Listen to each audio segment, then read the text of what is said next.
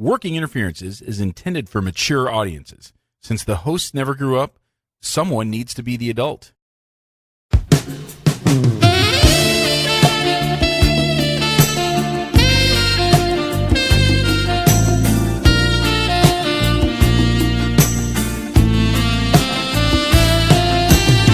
Welcome to Working Interferences with Josh and Lance, the dental advice podcast for the average dentist.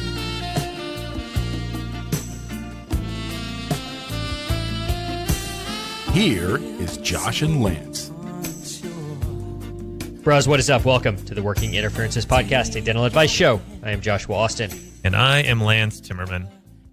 I was going to open the show with a British accent, Lance, and I just couldn't bring myself to do it.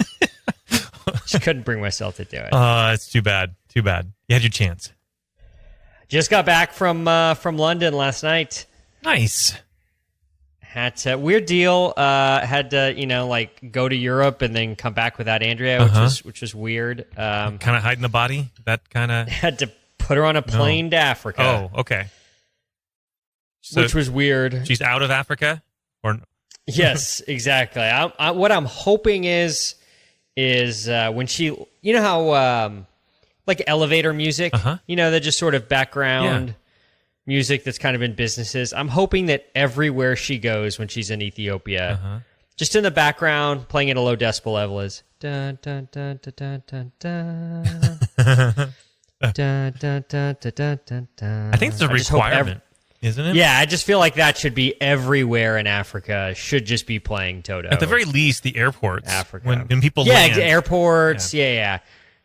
I feel like there should be every radio station is just required to play, I don't know, 14 to 16 hour rock blocks of Toto Africa. And now there's all these different versions. Yeah, we got all the covers. So all the different versions. Yeah, so it's like you have like a radio station of just Africa. Really could.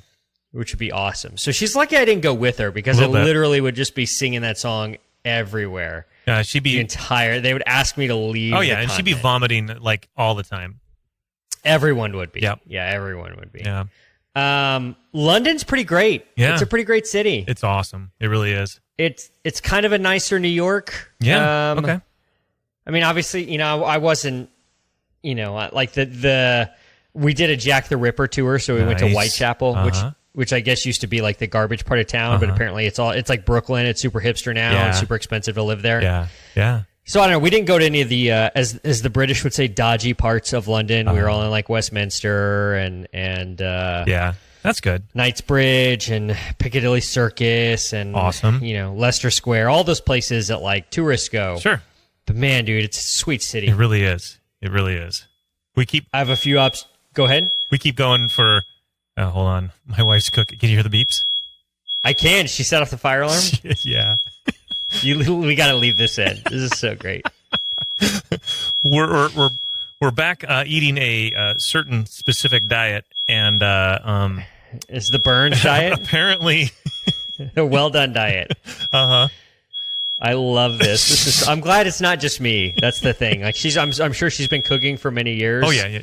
She's super awesome, and she's probably pissed that I'm like, I love it. Like down there helping. Holly, we love you. It's gonna be okay. It sounds like she has it under control for now. We gotta leave this in. It's so good. So I have a few observations about London, and I thought maybe you could go over them because I have a feeling you've been there a few times. Just because you're more Europe experienced than I am. I've been to Europe so many times, and I've only been to London once. Okay, all right. I've been to Europe. I've been to London a few times. This was the only time I've left the airport. Let me put it that okay, way. Yeah. So, first thing, British food is terrible. I'm sorry. Did you have any haggis?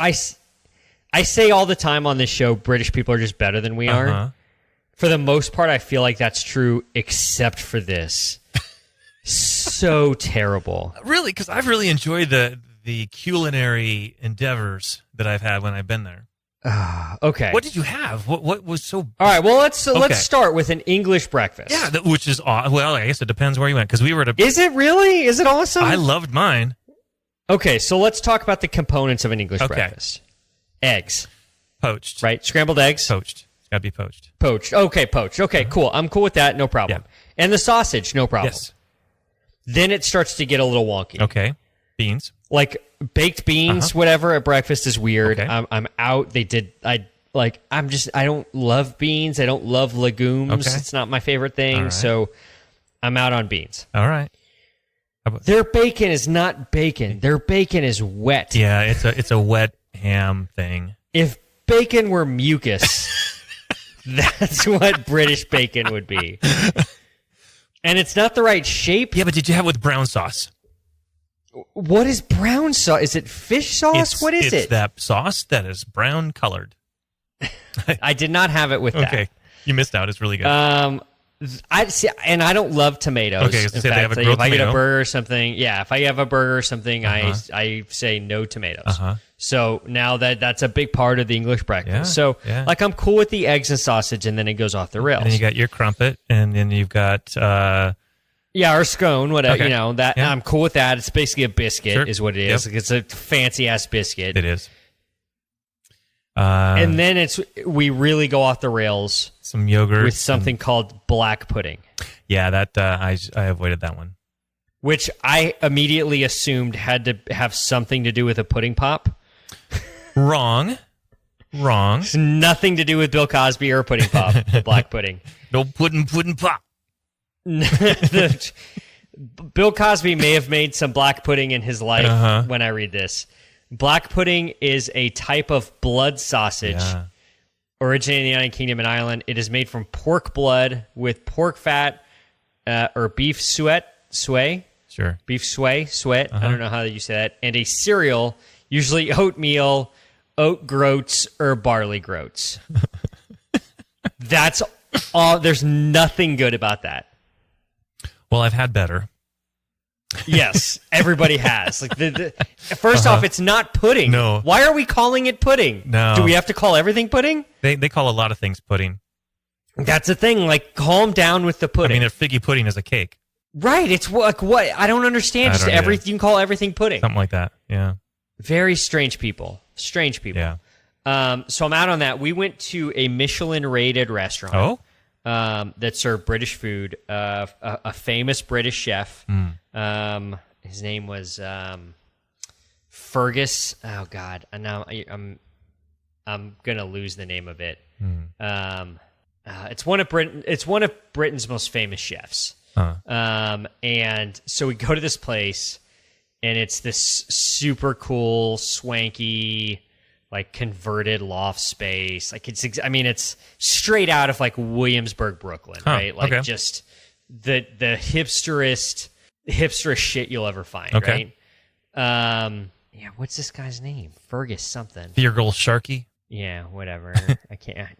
First, he just goes by Fergus on the website. Fergus Henderson is his name. Okay. And he is like one of Britain's most acclaimed chefs. All right. So we get there and look at the menu, and it's what they call like a snout to tail restaurant. Cool, like, green, conservative, or conservation focus, like, trying to be like the Native Americans and use every part of the buffalo kind of thing. Okay. So I'm looking at the menu, and Andrea orders like a lemon sole, which is a fish, right? Yeah. But it comes out the entire damn fish.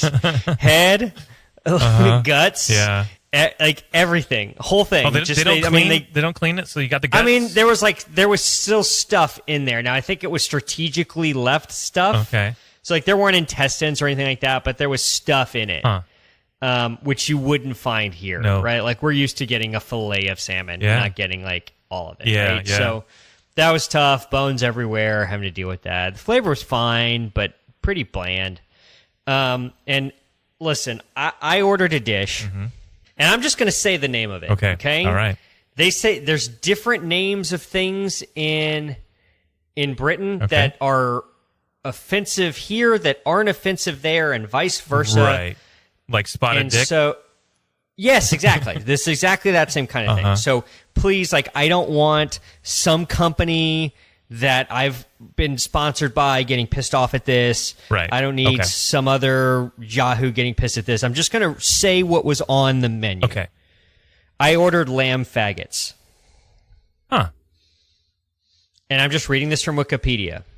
Faggots are meatballs made from minced offcuts and offal, especially pork, together with herbs, flavoring, and sometimes added breadcrumbs. Huh. It's a traditional dish in the United Kingdom, especially South and Mid Wales and English Midlands.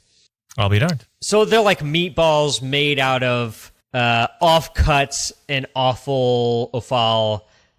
Usually means like organy meats. Okay. All right. Heart, liver, kidney, that kind of stuff. They were fine. Okay. They tasted like lamb meatballs is what they tasted Gotcha. like. But I did get to say faggots about 15 times over dinner. Yeah. Like, would you like to try these faggots? How are the faggots? I think I like faggots.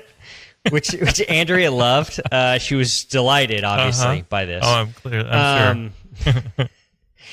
This was by far the worst Michelin-rated meal I've ever had. Huh, okay. Like, by a millionfold. It was so bad.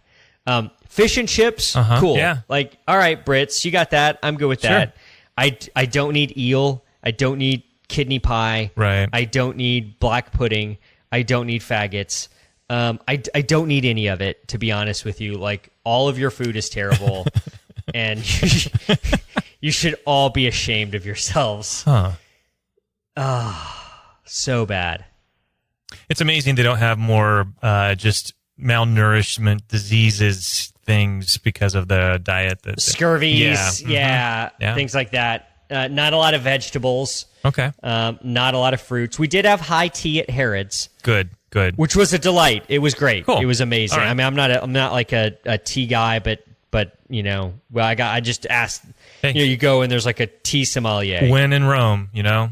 Yeah, exactly. And he was like, "What kind of tea do you want?" I said, "Just bring me like the most British tea possible." Yeah, like if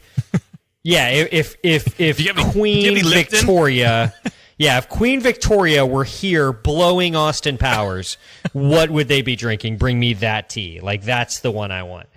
Do they have? Then, do they do iced tea there? No. I wonder what the reaction would be. I'd like Lipton iced tea. Lipton's, you get a little Lipton's, a little squeeze of lime in it. Maybe a half and half. Arnold Palmer, you guys know who that is? That'd be sweet. So they bring out the whole sandwiches. Those are all a delight. Those are good. Yeah. And then the pastries after that, all really great. Nice. All stuff from Great British Baking Show. Nice. Bakewell, Cherry Bakewell. Trying to think what else was on that, but all great. So tea was great. That was probably the best thing that we had meal wise. Had some Welsh rarebit, which is just cheese toast. I don't know why they can't just call it cheese toast. All right. It's just cheese on toast. Okay, that's Welsh rarebit. Which just like these people just make the craziest names for shit. I guess. So yeah. It was an interesting deal. Dropped a fair amount of poundage at Burberry. Okay. And dropped a fair amount of poundage at Harrods. As you should. Yeah, which is is an experience. Harrods is I'm trying to think of a comparable place to Harrods in the United States, and we really don't have Not one. really, no. You know, it's like Neiman Marcus or something like that, Sure. but it's like they just have so much more stuff and it's so much bigger. Yeah. So think of like the biggest Neiman Marcus in the world or the biggest Nordstrom in the world and multiply it by like 5. Yeah. And that's Harrods. For sure. Pretty crazy. One thing I did notice, and tell me if you've noticed this, and this just may be a European thing. You can probably help me out with that. I didn't notice it as much in Rome as I did in London, which are the last couple of European places I've been. 5 o'clock comes, 4:30 comes, anywhere between 4:30 and 1 a.m. And there's just lots of dudes standing on the street drinking. Any pub, there's just 300 people outside of it, just standing on the street drinking. Yeah, actually, when I think of when we were in London, we saw that a lot. It's just everywhere. So I want to know sort of what happens. Like, what you get off work and you're just like, I'm just going to go to happy hour. That's their happy hour.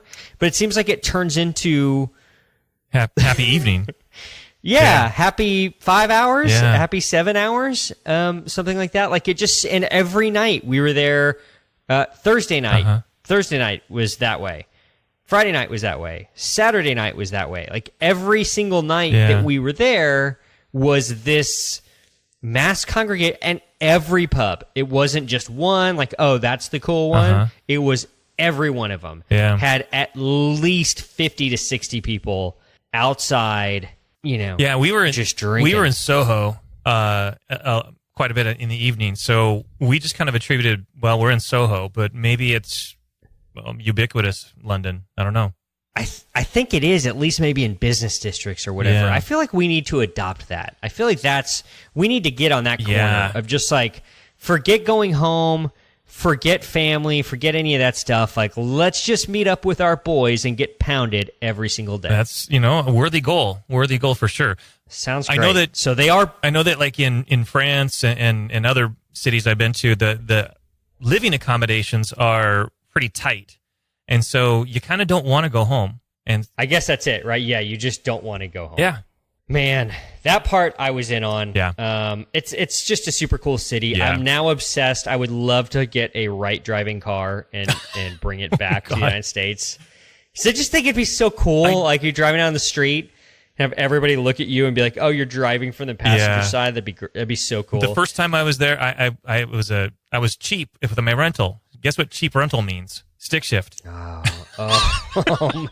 So you're shifting with the hand that you're not used to shifting. Oh God, with. It was so. I think they call that the stranger. Okay, if I'm not mistaken.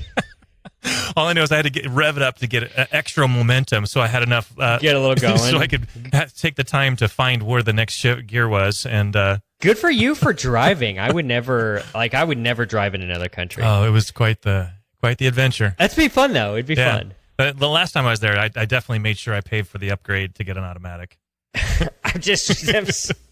I'm trying to imagine what I would do because I can drive a stick shift. It's been a while since I have, but I could do it. You give me about 5 or 10 minutes, I could figure it out again. But that would be a left driving stick shift. I'm not sure that I could readapt to driving a stick shift and have to do it with my other hand. It was weird, but yeah. Super interesting. They drive like bats out of hell. And then there's that. It's even worse than Manhattan. Oh yeah, it's crazy. So I found that interesting. I did see a Audi SQ7, which is I have an SQ5, which is like this supercharged, turbocharged Q5 with the sports package and all that stuff on it. And I really wanted an SQ7, but they don't sell that in the United States. So I'm looking at Audi USA website whenever I was shopping for cars and just couldn't find, the only Q7s I could find were just sort of like the typical Q7, no sports package on them, any of that stuff. And so we're crossing the street in London and I see an SQ7. And so I look it up and it's like Europe only. So now I've just been like, I gotta figure There's out. got to be a way. I talked to my friend David, who is my best friend from high school, super into cars. And he was like, man, it's super easy to get a car imported from Europe if it's over 25 years old because it counts as a vintage car. So you can basically do it's super easy. It's like a $300 fee to whatever state that you live in and it's done. But if it's a new car, it's really difficult. It has to go through all these emissions tests and whatnot. He says it takes months to get it done. So I don't know. I just think it'd be super cool to have a right driver. Oh yeah. And then I was thinking about it, like it'd be great until I need to get cash and go through a drive-through ATM or like go drive through Whataburger and I'm on the wrong side of the car. You're yelling into the microphone. That part of it would really suck. But other than that, it would be cool. Maybe make me lose weight because I wouldn't go through drive-thrus. Yeah. There's probably that. Yeah. I would go home and I would prepare myself a beautiful meal of lamb faggots. For sure. Lance, this is an advice show. A really bad one. We answer your questions. We answer questions we find in all those neat little dental Facebook groups. We answer questions from Reddit. We strive to help dentists and dental team members with our own unique brand of advice. So please, we need your questions. They are the sustenance we crave. You can submit your questions to workinginterferences@gmail.com. And we don't want just any question, do we, Lance? Not this week. We don't want a bunch of boring questions like, what's the best breakfast food ever?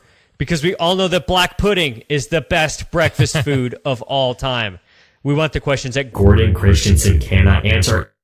You think Gordon Christensen has ever had black pudding? I bet he has. You think? Sure. He travels all over. I'm sure he was, does not want to offend the host and was served. I could see that. I have a feeling Gordon doesn't care about offending anybody. Well, he's at that age now where, From the time I've spent with Gordon, he sure didn't mind offending people when I've heard him speak. So I don't know. Yeah.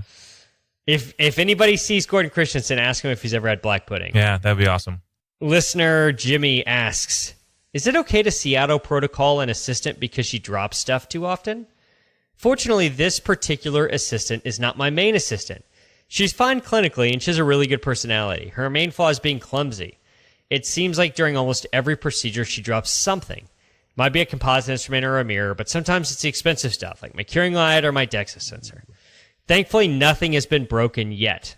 I have mentioned to be careful with the curing light multiple times because she has dropped it no less than 5 times. Ooh. It's a $4,000 curing light. I didn't buy it. It came with the practice. The DEXA sensor is close to $10,000. I'm just waiting for her to drop and break my trios. Aside from the cost of items being dropped, it's a bad look for the practice when the patient hears instruments falling on the ground behind their head. How can I get her to stop dropping shit?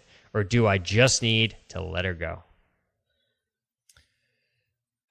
Yeah, that's a conundrum. Do you have or have you had assistants that have this kind of malady?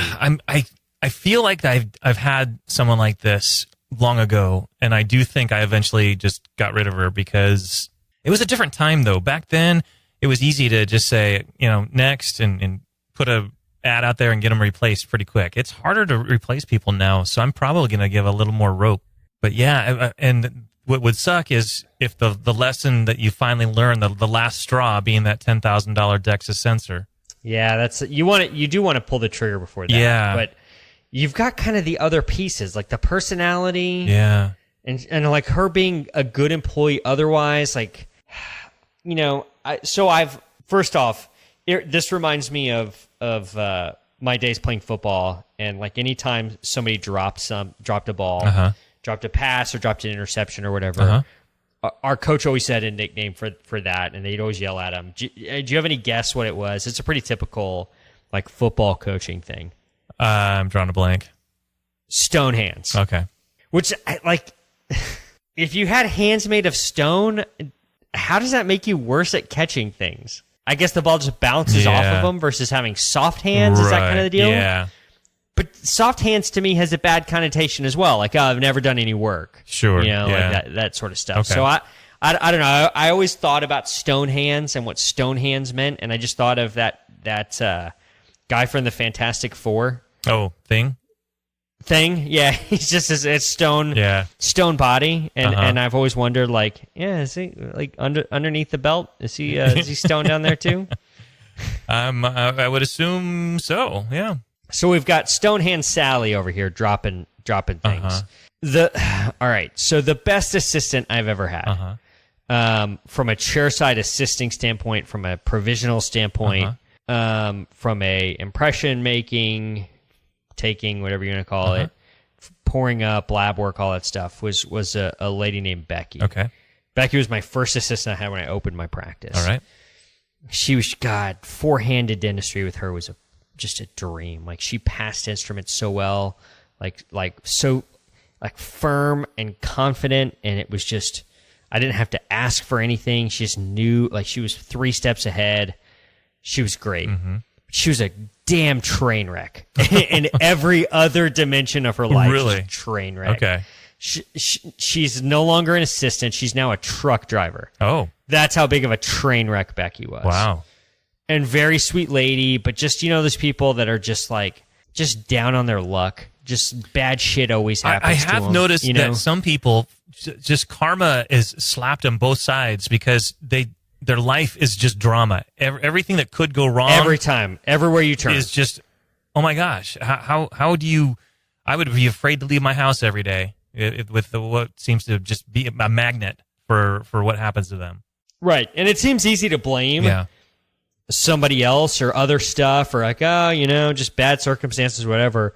But there's the one common thread amongst all the bad things that keeps happening to her, and it's her. Yeah, right. So at some point, I just it wasn't worth it. Yeah. It was kind of like the girlfriend where just the sex is insane, but you just hate each other. Right. How long did she work for you? Probably, I don't know, 3 years probably. Oh, okay. I mean, a while. And then when it ended, was it she quit, or did you invite her to? Yeah, she quit. It was one of those deals where it's like, well, if she's gonna be here, I'm not gonna be here, and I was like, I'm not playing that game. Yeah. And then go ahead and go. And she bounced around other dental offices for a little bit, and now I hear through the grapevine, because she still refers patients to me. She's still her friends and stuff like that. And I was like, oh yeah, Becky's driving trucks. Yeah, driving trucks. Wow. Now, is there anything more satisfying than when you get the notice for unemployment, and you see someone that you fired or they quit, and a month later you see the unemployment again because the next place they went to, they quit or got fired, and then a month later you see their name again, so you're like, okay, it wasn't just me. She is a bad egg. Yeah, exactly. It's the same thing with you break up with a girl and then she dates somebody that maybe not your friend or whatever, but this person, and they date for a while, and then all of a sudden they're not together anymore, and that person was like, Jesus, dude, she was nuts. It wasn't just me, right? Exactly. It wasn't just me. I got it. Yep. But the bullet dodge for both of us on that one. Yeah. That's always a good one, when you realize it wasn't used. Becky's a great example of, she didn't drop anything. She was great. But, man, if I had my choice of someone who's really great chairside and doesn't drop anything, is just killer there, but is a train wreck everywhere else, versus someone who, they drop some shit, but they're great everywhere else, and, they've got a good personality, they get along with people, patients like her. Dude, I will take that second one. I will take what Jimmy has every day of the week. Yeah. That's hard to find. So everything else is probably workable. Maybe make sure the really expensive stuff is just off limits to her.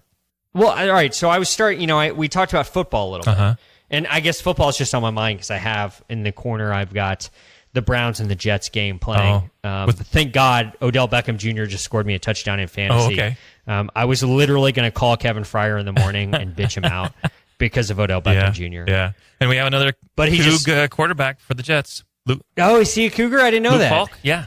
I did hear that Gardner Minshew stretches in his jockstrap in the locker room before the game. Nothing but his jockstrap. He does all his stretches in just his jockstrap. I'll be damned. Legend. Unaware. Yes, it was a tweet that was going around. Fortunately, it was not a media tweet. There was no photo attached to it, which I do not need to see. So let's go the football route here. Okay. So do you remember back in the day, there used to be something that wide receivers would put on their hands? Tack 'em. Yeah, stick 'em is what I remember it being called. Okay. And it was like hairspray almost. And it just, they would spray it on their hands.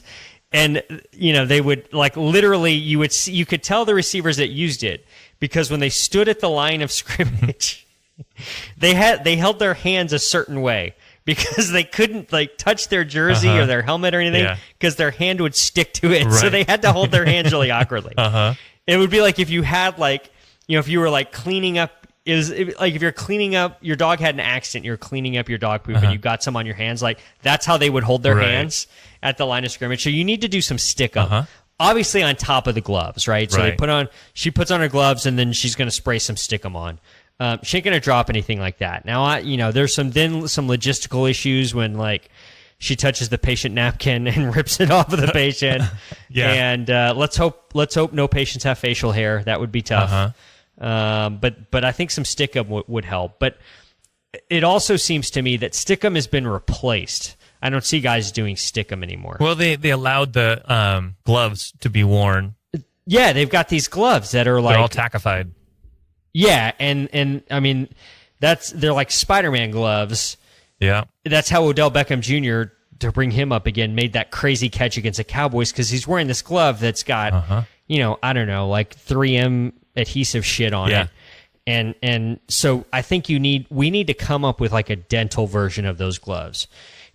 Yeah. And the really cool gloves, they have it to where when the receivers or DBs or whoever hold their hands a certain way, it's got a logo in it, right? But if they don't hold their hands that way, it's just you can't tell what it is. Yeah. But then they hold their hands a certain way, and it's the Arizona Cardinals logo is embedded in the finger somehow. Yeah. We could do that. We could have them custom made. That would be awesome. And I think this will be a good product for us to sell along with our rose gold color crown. So we're going to trademark this one for sure. Some sort of stick-em gloves. for assistance with the dropsies. Sounds perfect.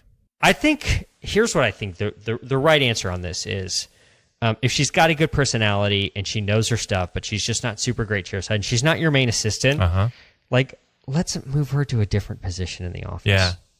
Yeah, for sure. Let's move her like to front desk, hygiene coordinator, where she only does like backup assisting, something like that. Something less dangerous. That way, yeah, she's not going to have the Trios in her hand. Yeah. Yep. I think that's a good plan. Get her out of that position. I have an assistant that is not great at instrument transfers. Okay.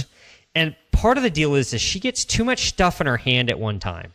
Yeah, and I do notice that. She's not good at getting rid of stuff. Yeah. She's like hoarding in her hands. And so she'll have the curing light. She'll have like the gun that has like the buildup material in it. She'll have my Adhes Viva pen from Ivoclar in. She'll have like 5 things in her hand. Yeah. And she doesn't have any fingers to take an instrument. So we actually like knocked an instrument up out of my hands the other day. It was just a composite instrument, but I like really sharp composite instruments. Okay. And it like hit the patient's nose, and it like actually made the patient bleed. It didn't lacerate him; it just like made a little puncture. Wow! And so that's a tough. Grab the Viscostat and just kind of pretend. Yeah, I put a little pressure on it, and everything was fine. But it's just it is a tough look. I get it.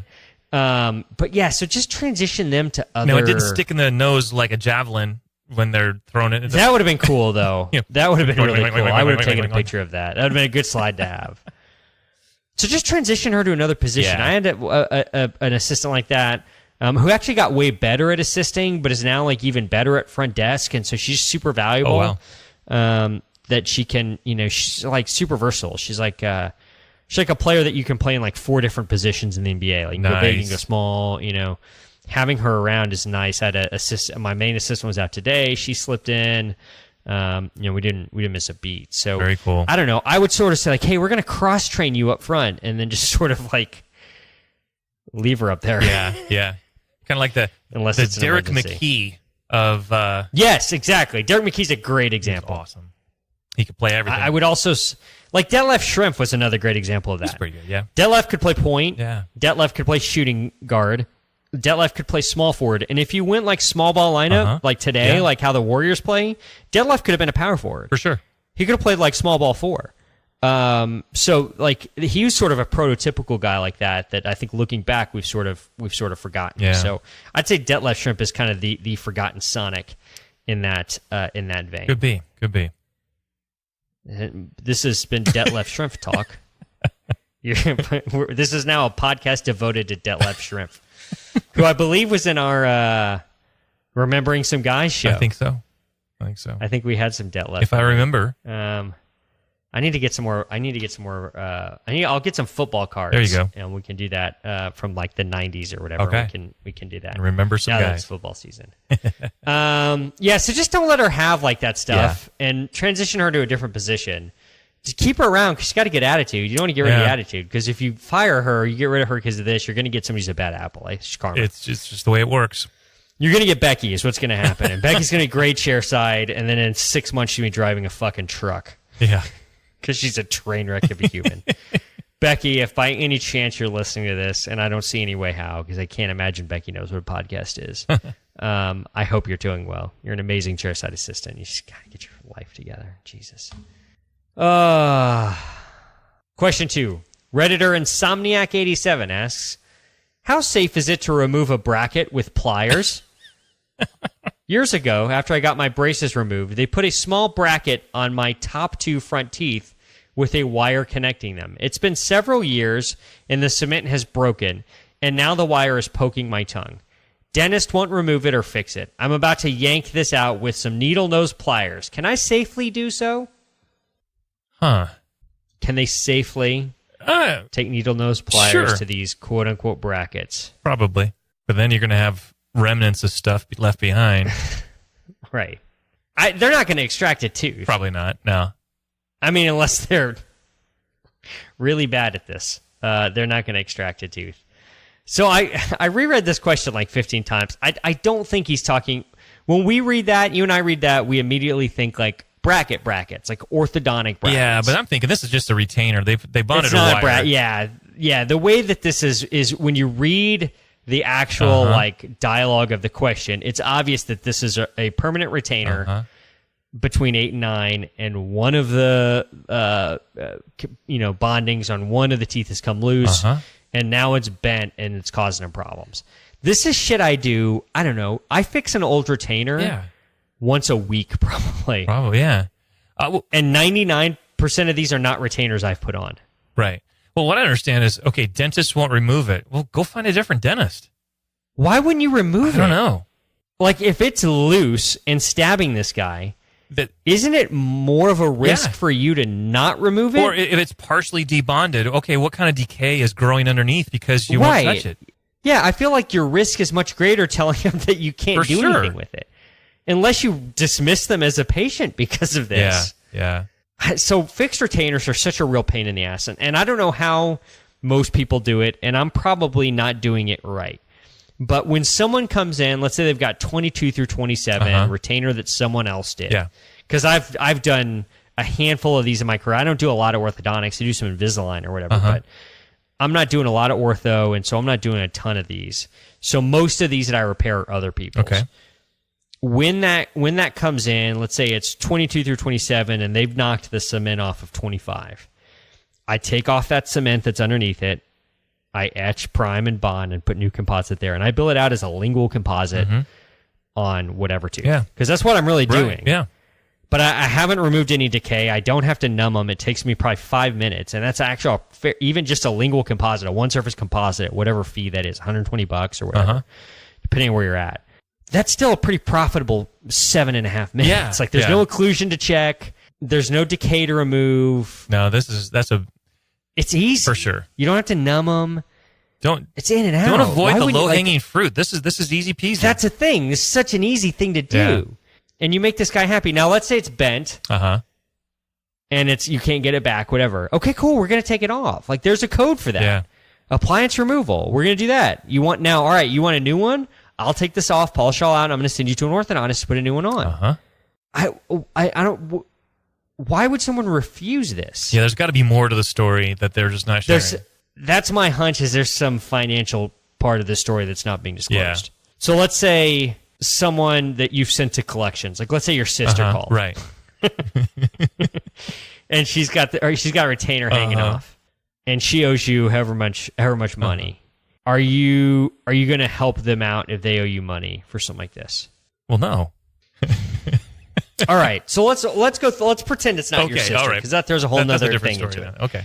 Let's say it's patient. I don't know. Let's say Detlef Shrimp is your patient, and he owes you $7,500 for 4 crowns you did 7 through 10, and he chips off part of his retainer, and he wants you to fix it, and he's going to pay you cash that day. Chances are you're never going to see that $7,500, right? Yeah, but I'm going to see the $300 that I'm going to charge him for this 5 minutes. Right. Yeah. So at least you're going to get something out of him. Yeah. So I would argue, I guess they owe you money, whatever, but if they're going to pay up front for this, they're going to pay you cash before they leave, whatever, why not? Why wouldn't you take the money? Yeah. At least that's $300 that you've gotten that you would have never gotten out of this person. Well, it's kind of like sometimes this will happen where someone owes us money and everything, and they're in there to get their teeth cleaned, and my front desk is trying to not seat them. Well, they owe us money. Well, wait, they're going to come in and get their teeth cleaned. Their insurance is going to pay us for that. And the insurance is going to pay. It's 100% out of nothing out of pocket for this person. Well, why am I not going to? Why would I say no? I mean, just see them. Right. It's cutting off your nose to spite your face. Exactly. Is what it turns out being. And they're like, well, they owe us money. Well, yeah, and they're still going to owe us money, but we're going to make a couple hundred right now. But if you see them today and you keep that relationship going, I think you have a better chance of collecting that. The odds go up. I could be wrong. Look at my accounts receivable. I probably am dead wrong on that. But this is just one of those, I'm going to do this every day of the week because it's super easy. It's going to take me a few minutes. I'm at least going to get a couple $100 out of it. Yeah. Totally. So I feel bad, but this guy's probably not going to screw anything up if he just grabs that with a needle. He's not going to get it all off. He's going to leave resin behind. But it's probably not going to screw anything up that bad. Probably not. We'll see. I've had to take off brackets from abandoned ortho before, and it's not great. I don't love doing it, but they're worse off with the brackets on than they are with the brackets off. Don't Totally agree. Question 3. Reddit user Magnet M asks, how are implants safe? Maybe that's not the right emphasis for this. I'm trying to figure out I'm trying to get the right read on this one. How about this one? How are implants safe? Yeah, that sounds pretty good. This is probably a different question than most here, but it was something I thought of. How can an implant be safe?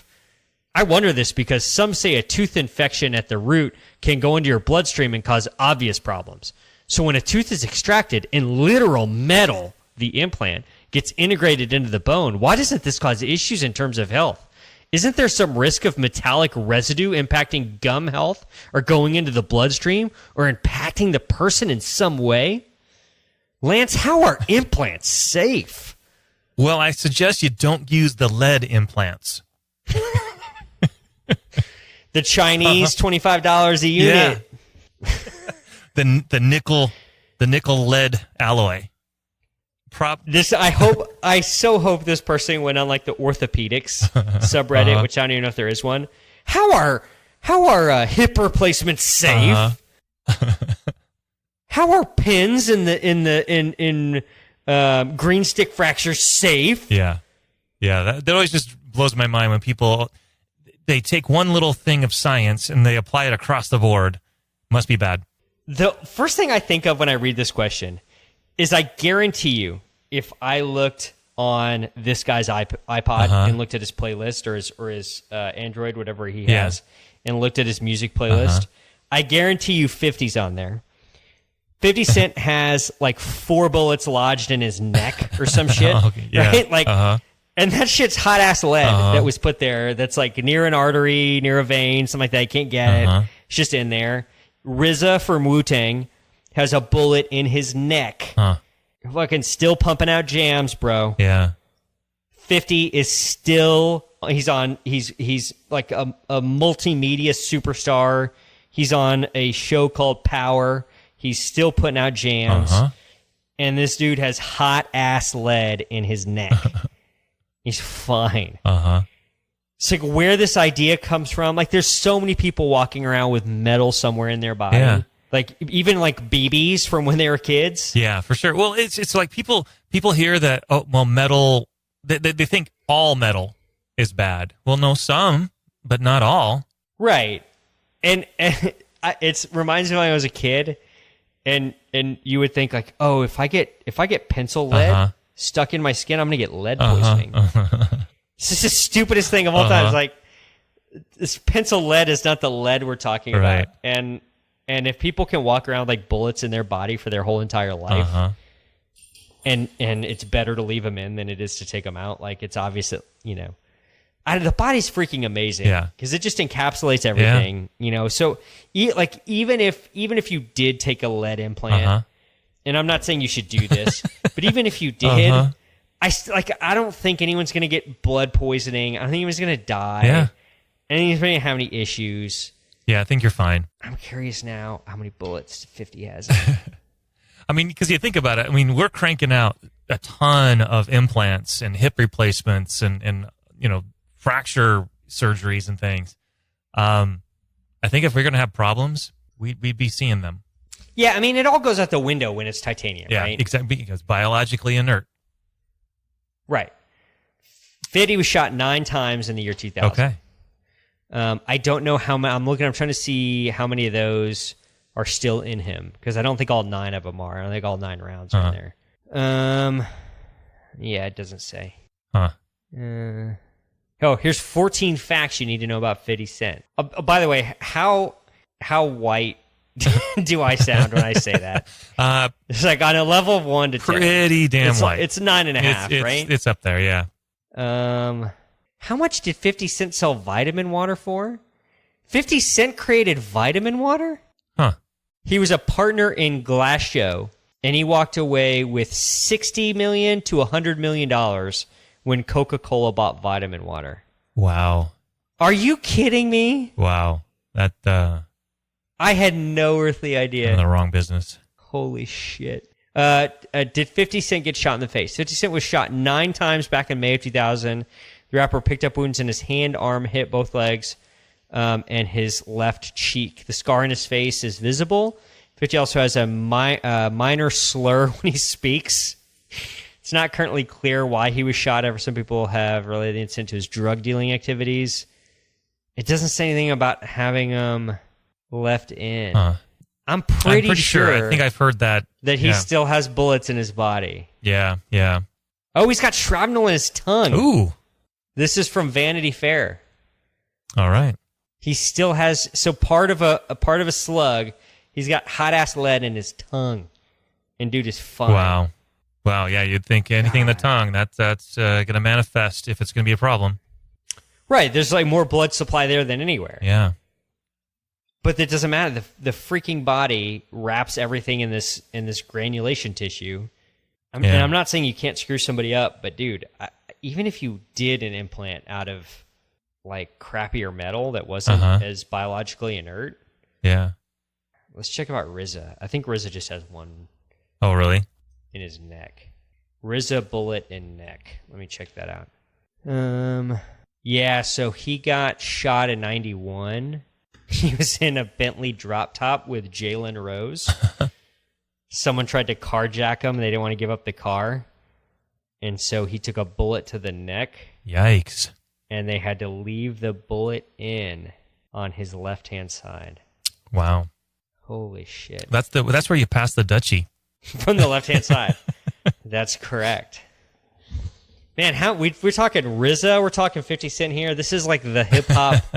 This is the most hip-hop this show's ever been. Let's take a look at this guy. Okay. Let's take a look at Magnet M. All right. And see what some of his other stuff is. Speaking of metal, Magnet. Yeah, that's right. That's absolutely right. What is this? So he posted a topic in the subreddit of NoFap. Okay. And this is the description from the subreddit of NoFap. We host rebooting challenges in which participants, Fapstronauts, abstain from pornography and masturbation for a period of time. Whether your goal is casual participation in a monthly challenge. Can you do that casually? Sure. As a test of self-control, or whether excessive masturbation or pornography has become a problem in your life and you want to quit for a longer period of time, you will find a supportive community and plenty of resources here. Lance, I've seen this before, and it was called the Master of My Domain episode of Seinfeld. That's exactly what I was thinking. 30 years ago. It has now turned into a subreddit called NoFap. He wrote a post called Porn is becoming way too normalized. Porn is bad, right? You know the effects, right? So why is it commonplace everywhere? Why does everyone act like it's normal? Like, I see so many references to it everywhere. Everyone's friends group thinks it's normal, and I even saw a reference in a comedy show, and everyone laughs. Can you believe these comedy shows, Lance, and their jokes about pornography? Assholes. Where do I go? Where do I sign up? It's just a normal thing in society now, but isn't it bad? Aren't the effects horrifying? So why does it seem to be pushed everywhere? No one ever talks about the bad effects. It just gets talked about like this normal thing everyone does. It's unbelievable. So many people are probably addicted to PMO. I don't know what PMO stands for. I don't know either. It sounds like this person needs some cornflakes. Yes, exactly. If you don't know that reference, you got to look up the origin of cornflakes. And, there was a movie about that with John Cusack. And, hold on, I'll find it. I think it's called, I want to say Road to Perdition. Road to Wellville. That's what it is. Yeah, it's Road to Wellsville. I think Matthew Broderick and maybe Cusack. Yeah, and like one of the Brigittes. Okay. Brigitte Nelson, Brigitte Wilson. Sure. One of them. Okay. Is in there. Anthony Hopkins, I think. All right. All-star cast. Yeah, well, a movie about how cereal keeps you from wanting to come. How'd that work out? Let's back to this. Yeah. So many people are probably addicted to PMO and don't even know it or think it's just a normal thing. Even worse, people laugh at you if you tell them it's bad. They're all going to laugh at you. Just act like it's an okay thing to do. They're all going to laugh at you. Another one in NoFap, binge PMO'd for the last 3 days. What is PMO? I have no idea. Let's see if I can. Pornography. Listen, I'm Googling PMO because I got to know. I got to know about the PMO. project management office is what comes up on Wikipedia. I don't think that's what they're talking about. I'm just going to search for PMO porn, and let's see what comes up then. I should have done this in discrete mode. But Urban Dictionary calls it porn, masturbation, orgasm. And then him, man, I gave up PMO for a week. And then me, sucks for you. Strange. Yeah, weird. Binge PMO for the last 2 days. It's not worth it. No matter what you do, just remember it's not worth it. I felt the worst I felt in months. It just isn't worth it. No matter how enjoyable it is during it, in the end, you will feel 1,000 times worse. It's simple. Take it from someone who just experienced it. No matter how much you convince yourself to do PMO. I'm pretty sure this is worth a scientific method, and I'll get back to you next week. I'll tell you how bad I feel. This is the weirdest one. Another post. I returned to doing PMO. I've been doing NoFap for a while and have achieved 90 days in the past. The benefits were there, but sometimes I had doubt.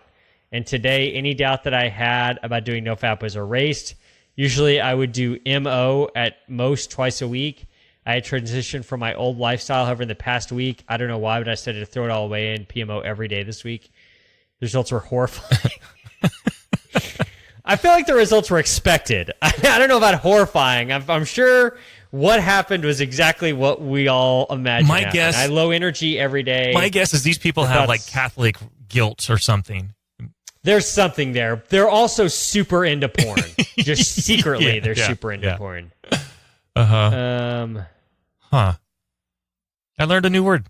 PMO. I don't like it. I don't like it. I don't like it one little bit. I don't like it one little bit. And I don't like the word FAP. Yeah, that's just a weird. It's onomatopoeia. Yeah. In the worst way possible. I just don't like that sort of. I don't know. There's not a good way to say it, but I feel like fapping is a bad way, and I don't like PMO. Yeah, it's my new unfun word. That's a tough look. Yeah, it is a tough look. This is the thing that, like, every time. Mike Pence is a great example. All right. Right. Yeah. And I don't want to get political on this, but it just happens to always be like sort of. And I've voted Republican my entire life until on the record I've been a Republican my entire life until 2016 when I just couldn't bring myself to vote for Trump. Right. And Pence, he was governor of Indiana and has some pretty strong sort of right-wing fundamentalist evangelical views. Yep. And there was like Larry Craig in Idaho.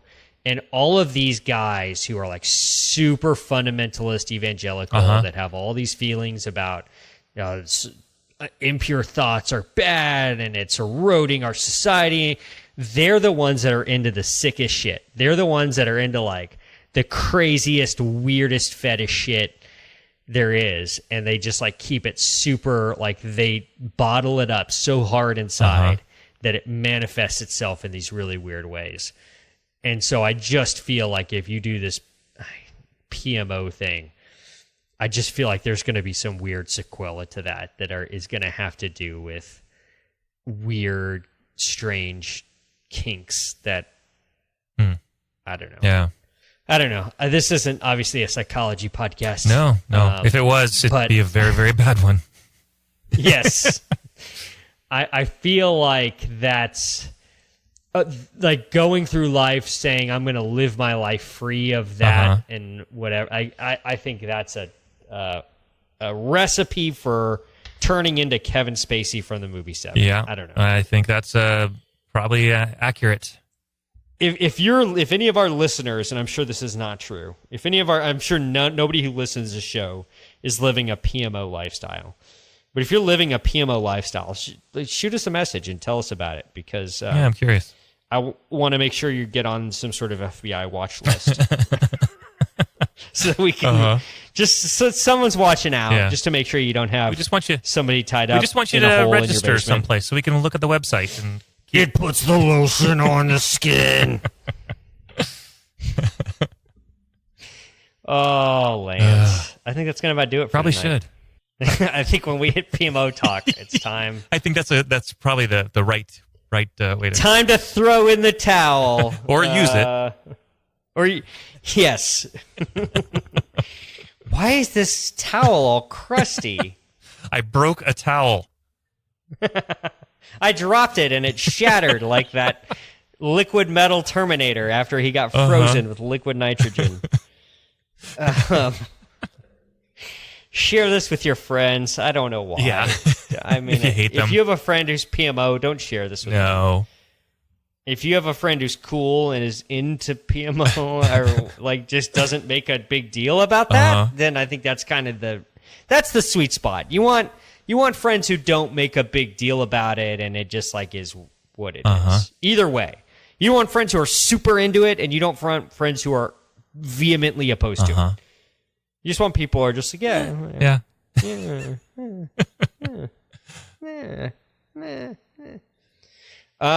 Rate and review. How many stars? Big fan of 5.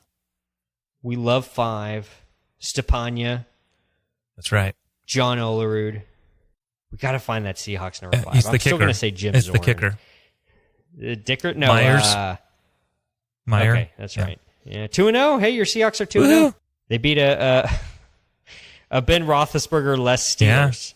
So congratulations. Yeah.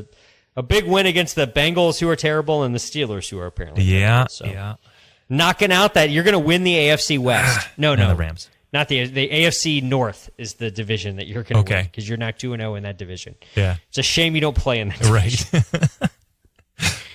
Right. iTunes, Stitcher, Spotify. If you're flicking through Podbean, flick 5 stars. Hit us up on the web, workinginterferences.com. Hit us up on all the social bullshits. Facebook, Working Interferences with Josh and Lance, or Funny Shit for Dennis and dental team members. Twitter, @Winterferences. Instagram, @Winterferences. Lance can be found on Instagram, @DrTimmermanDMD. I'm like kind of halfway ass back on Instagram, @JoshWastonDDS. I'm not back on Facebook, so it's been a glorious 3 weeks. And I think I'm going to ride that train a little bit. All right. You got a song? I do. Now, before you tell me the song, you've had a trend for this for the summer, and that you've been going with all summer songs. So I'm going to guess what your song is. The summer wind came blowing in from across the sea. Is that your song? It's not. No. Is it still summer? Are we still doing summer songs? You'll appreciate this one. It's called "Summer's Gone." Yes, it is. Except in San Antonio, it was 97 degrees. Oh, really? Today. Oh, it was pouring buckets today here in Seattle. So, summer's gone. So, who sings "Summer's Gone"? So, have you ever heard? If I said Aberfeldy, what comes to mind? I like girls that wear Abercrombie and Fitch. Almost. Chinese food makes me sick. Well, it was funny. And I think it's fly when girls stop by for the summer. Aberfeldy is also a whiskey. There's a distillery in Scotland. So, the Aberfeldy, the band, is from Edinburgh. And it was named after what? After you have an English I don't know. You have a band from the UK. I know it's weird. One reason so again, this is one of those where I'm in the grocery store and I'm hearing this poppy little ditty and I'm like, oh, let's Shazam it. And I'm like, oh, never heard of Aberfeldy. So then look it up. Another reason why I kind of liked them, their debut album called Young Forever. It's two lions. So that's what I'm looking at that right now. I was about to say that. It's from the backside. The male lion's on top, sort of. I would say doggy style, but I don't know as if that's appropriate. We're going to call it lion style in this PMO world. Yeah, this is the female lion is like literally laying down. So they're not on all. It's not really all four. No. So it's technically not doggy style. So now we're going to call that lion style. She's saying, just get it done. It doesn't really show anything, though. Not really. Yeah, it took me a while to see what it was. Lion. And then I'm like, oh, wait, that's 2 lions. Fuck yeah, when I Googled this and did image search, I was trying to get a picture of the dudes, and it was just the first picture is just 2 lions having sex. Yeah. It looks like the band has 6 people in it. It has 4 of the most English guys you've ever seen. I mean, these are Scott, whatever. Yeah. Like, these guys are definitely from that white bread, inbred island known as the Empire. So, no offense, Alan Petermott. Yeah, I mean, you guys know what it's about.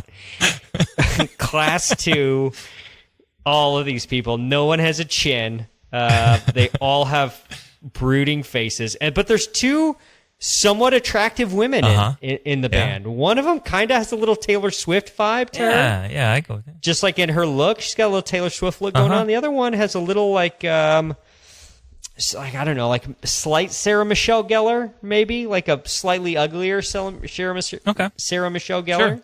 Sure. Interesting, like these four just British dweebs, and these two like kind of hot chicks. Yeah, that's pretty cool. Yeah. Good for them. Yeah, so I figured this is the last episode before it's become officially fall.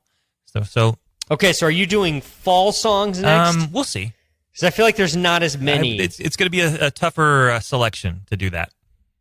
It's like every week for the next 3 months is going to be, and it's a monster mash. Yeah, like the Mamas and Papas. All the leaves are brown. Oh man, I promise, it's going to be a tough one. I promise not to. You tried to find songs about fall. Ugh. Hold my beer. Challenge accepted. Stop.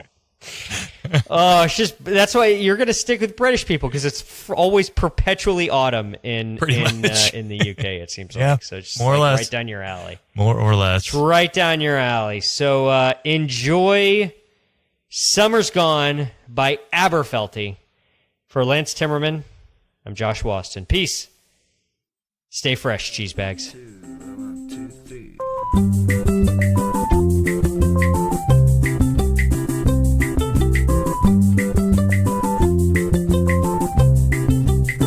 Well, we get along, yeah, we really do, and there's nothing wrong with what I feel for you.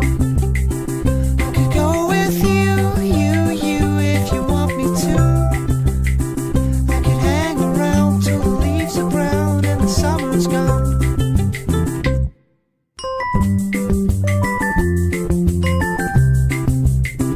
What a silly thing for me to say to you as the spring begins to begin anew.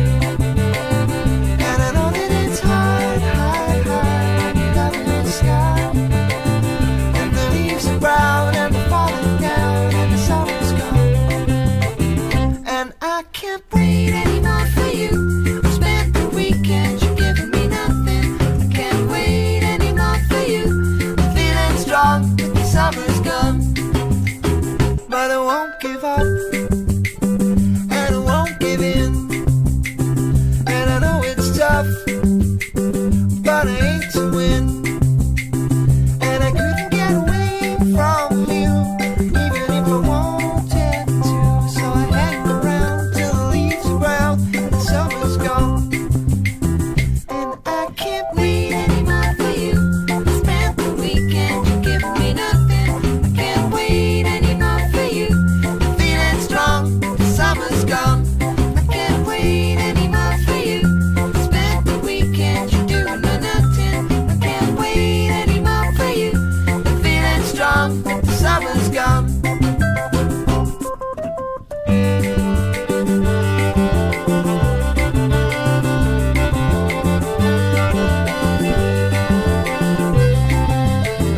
And I can't wait anymore for you. I can't wait anymore for you. I can't wait anymore for you.